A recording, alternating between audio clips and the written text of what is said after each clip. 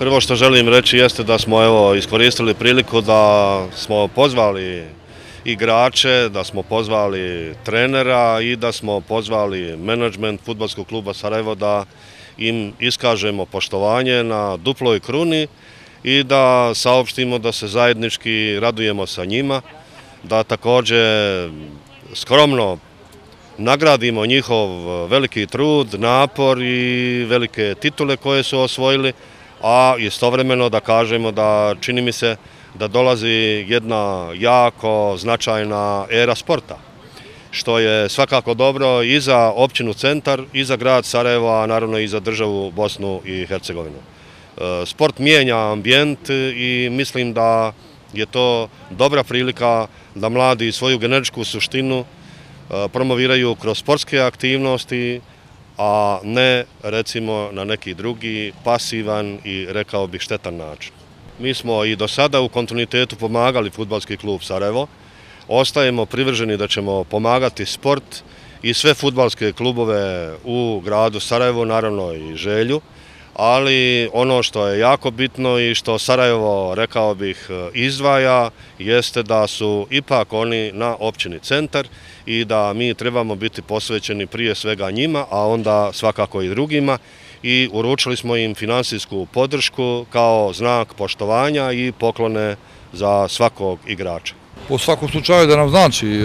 podrška lokalne zajednice, jer tu smo na teritoriji opštine Centar Sarajevo godinama, tako da jako nam puno znači i podrška ministra Kurovića, tako da na nama je da se potrudimo da u narednom periodu budemo bolji, jer normalno sad je to sve lijepo, kad je, ali nas posle ovoga svega i par dana nekakvih ceremonija, slave, a i to čekaju opet nove obaveze, nove izazovi, jer u ovome poslu nemate, generalno u svakom poslu, ali pogotovo u sportu nemate minulog rada, jako se to brzo zaboravlja i stižu nove utakmice, nove obaveze i novi izazovi. Tim zasigurno je dupla kruna izuzetno bitna kako za Fudbalski klub Sarajevo, koji nakon toliko godina ponovno ima duplu krunu, ali isto tako i za navijače. U svakom slučaju, kako sam ja još jednom rekao, da klub bez navijača je kao čovjek bez duše, tako da sigurno nema to puno znači. Oni navijaju za Sarajevo i oni su najsretniji onog trenutka kad Sarajevo postiže dobre rezultate, a mi smo to u ovom trenutku njima priredili i imaju pravo sad da se raduju i da budu ponosni. Kada govorimo o projektima koje planirate realizirati u ovom narednom periodu, a tiču se svakako općine Centar, stanovnika, ali i Fudbalskog kluba Sarajevo, koji su to projekti? Završili smo veoma važne infrastrukturalne projekte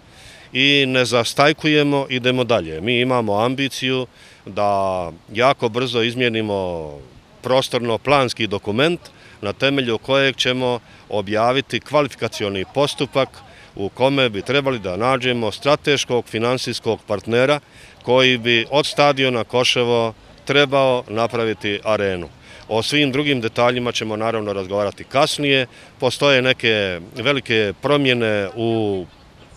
planskom dokumentu, a istovremeno posebno želim naglasiti da i u ovom momentu razmišljamo o investiciji, a to je potpunom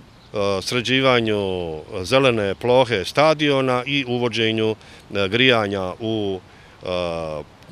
plohu zelenu kako bi se i u zimsko vrijeme mogle odigravati utakmice, a to se uklapa u standarde FIFA i UEFA, što je jako bitno i važno. I ukoliko taj posao uspijemo završiti do septembra mjeseca, nije čak isključeno da